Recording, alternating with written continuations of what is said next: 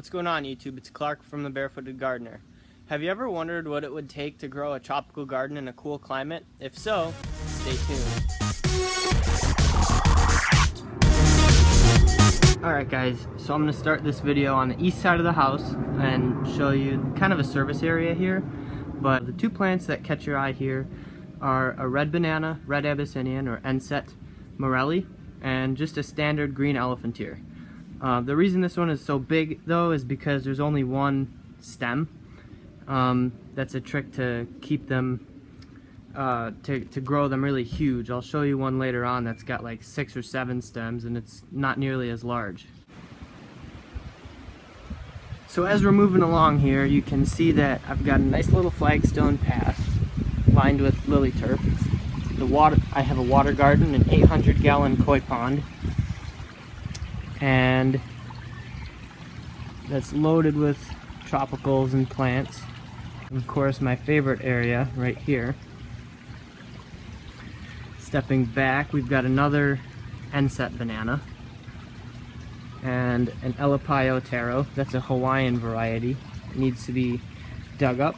This is pretty cool. I got this fern, this sensitive fern, just popped up in my lawn in a different area of the garden.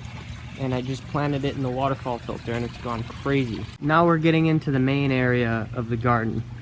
So, got a beautiful patio, and the focal point of the plants is this hardy banana here. This one's 4 years old. Planted it from just a little 4-inch container, and it's grown in immense amounts.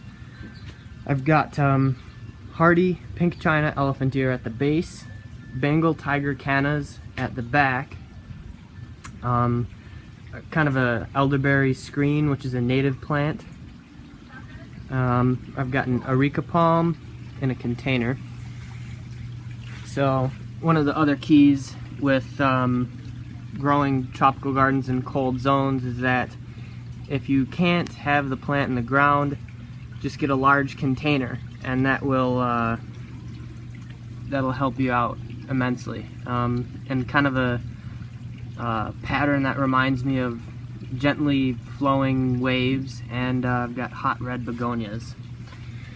It's only mid-August, so these plants are going to grow another, gosh, probably 3 feet at least. Microclimates are huge when it comes to tropical gardens. So that's one of the reasons why the bananas are perfect and not shredded by wind, is they've got several walls to protect them. And then there's another clump of hardy bananas. This one is a year younger. I planted that after the first clump I showed you was proven successful. I've got some pineapple lilies down there. These guys are awesome. And scented. To me, this variety, which I just got from Lowe's as a bulb, it smells like popcorn, like butter to me for some reason. I know it sounds weird, but that's what it smells like to me. And they are upright, but we just had a lot of rain, and unfortunately that knocked them over. Got a Chinese fan palm in a container. These guys are mad hardy. I had this thing in a container and I left it out in, gosh, it was like 20 degrees, and that's the point at which it died back fully to the stems. I swear that if you had this in the ground, you could probably, if you mulched the hell out of it, you could probably have that in a zone 6 as like a, you know, in the right microclimate. If you guys can get a Chinese fan palm, then or Livistona chinensis, I highly recommend them. One of my favorites.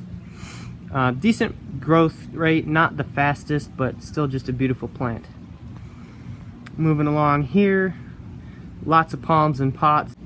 Got a little Tonto crepe myrtle right there, softening that window with other containers of hostas. Got some pansies and lily turf in there. And then a beautiful Majesty palm, which goes to a greenhouse locally to be overwintered. They do not do well as houseplants, but gorgeous during the summer. I have a white bird of paradise. This is another Lowe's plant. Message in that is, if you guys know how to pick healthy plants, you can basically shop anywhere. So this gets sun until probably most of the day, but it gets evening shade. And I've got snapdragons and sweet potato vine in this container. This comes in the house before frost, and take a very light frost. And based on this flag leaf here, I'm thinking it's a flag leaf. I might have flowers coming, but I don't know. Wouldn't that be cool? The next container over is a Fierce Giganti elephant ear. I got that from Brian's Botanicals. It's not a giant or giganti as its name implies, but you know, it's still a nice plant. It's got nice kind of pinkish stems. It reminds me of pink china, but it looks like it has a little alocasia blood in it, or sap, alocasia sap, because it's kind of like the blood of a plant. I don't know. I thought that was kind of funny. I've got some spreading bamboo. This is yellow groove. In most places this is deemed invasive. I've been rhizome pruning it, and I'll show you guys. I'm going to do a separate video on how to care for running bamboo. So here we're at the base of the bamboo plant, and I'm going to show you guys a few tips on how to maintain it.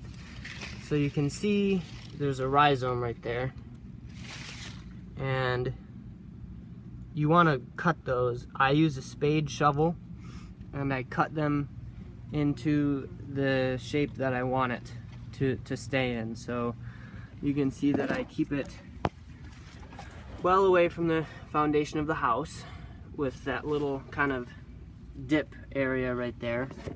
And I also, this is one of the areas that I green manure plant leaves and stuff besides my compost bin, because bamboo really likes to have a rich soil. This has gone through one winter, so it's still a young plant. The stems should get to be around 1 inch in diameter, so just for scale it should be about as thick as that old shovel, and probably around 20 feet tall in a zone 6. These will grow in colder zones down to a zone 4, but it will not be evergreen. It'll be kind of a dieback perennial. Little path out to the western side of the house. Black-eyed Susans, coiled up hose. Isn't that beautiful? Just kidding.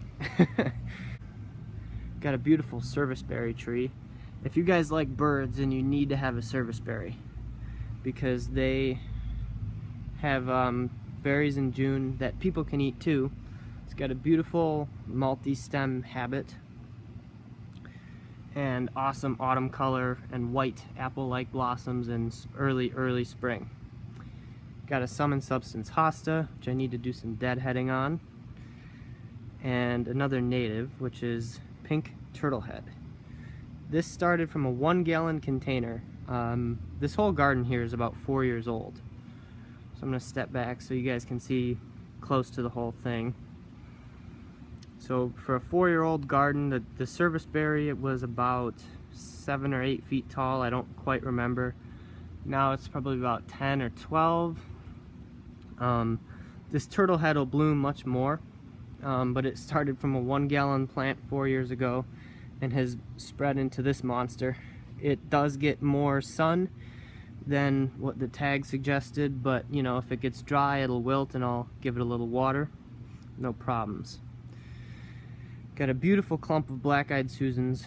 The original clump was right there, but then all that is seedlings. Same with the coneflowers. That whole mixed area, you can kind of see the remnants of flagstone going to a tree stump. There was a big green ash that emerald ash borer took out, but I really like that mixed wildflower bed, or the pattern, so I'm leaving it. I do believe most times nature knows much better than we do. Poison ivy is not too good of a creation by nature though, if you ask me. Over here I have a Empress Wu Hosta, also 4 years old. Started from a 2-gallon plant. This thing's grown monstrous. Got a little Japanese camellia. My friend who lives in Pennsylvania gave that to me as a gift. Classic orange daylilies, crocosmia, and gladiolus. Just kind of an orange mixture there. See if you guys can, in your own gardens, mix similar foliage but very different flowers. Creates a nice effect. Got a rare variety of Iris versicolor, which is a native to New York. This variety is called John Wood, and when it emerges in the spring, you can see the remnants there. It's got kind of purple, but when it emerges in spring, basically the whole plant is purple. So Iris versicolor John Wood, northern blue flag iris. Remember, the right plant in the right place. If you have, like I mentioned, the turtlehead doesn't usually like as much sun, and that's true, but you know, for 90% of your garden at least, probably really 100 is your goal, you should have low input spaces, so that all you can have to do is water them in the first year and then enjoy them after. Getting back into some tropicals, I've got some coleus, which I take cuttings of in the winter and keep the same variety year to year. This is a different alocasia than what most people have seen before. This is getting more common. It's called Borneo King. Borneo Giant is common, but this will get large in northern climates. Now here it didn't because I planted it too early and we got a frost, and it's really still not happy with me, but you know, it'll get big next year. These guys here are hardy agapanthus. I don't do anything with those, and they give me, you can kind of see the remnants, beautiful blue flowers. Those were just planted this year. In August they're still flowering. They start in late July and keep going, or mid-July, and they keep flowering from there. Moving along, we've got another one of my favorite natives, which is reblooming now. This is called Spagelia marylandica. When they open, it's got a flower very similar to like a star fruit. The shape is, it's like a star, and the top will be yellow. So that'll grow about 2 feet tall, and that's new for me. I just planted that this year, along with the sweet potato vine. Got some more Iris versicolor, and here's a really cool area. When it rains, this area gets really wet. So I've got a mass planting of taros, running bamboo. This is kind of like the jungle path, is what I call this bed. And then a river birch, more natives. So if you walk along, earlier in the video I showed you the taro near my composter.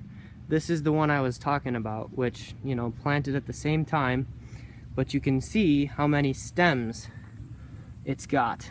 And just, you know, a ton. It's the same bulb has to basically feed, or corm is the technical name, has to feed, you know, quadruple the amount of stems, so they just don't get quite as big. Although if you don't want the plant as big, you know, that's something to remember. That species of bamboo right here is called Philostachys basseti, or David Bassett bamboo. This was planted in April, and if you look amongst this deadly nightshade, only deadly if you eat the berries, not recommended, you can see that it's starting to make runners. See you in the next video. Alright guys, that's going to do it for part 1. Be sure to rate, comment, and subscribe, and of course, check out part 2. Catch you next time.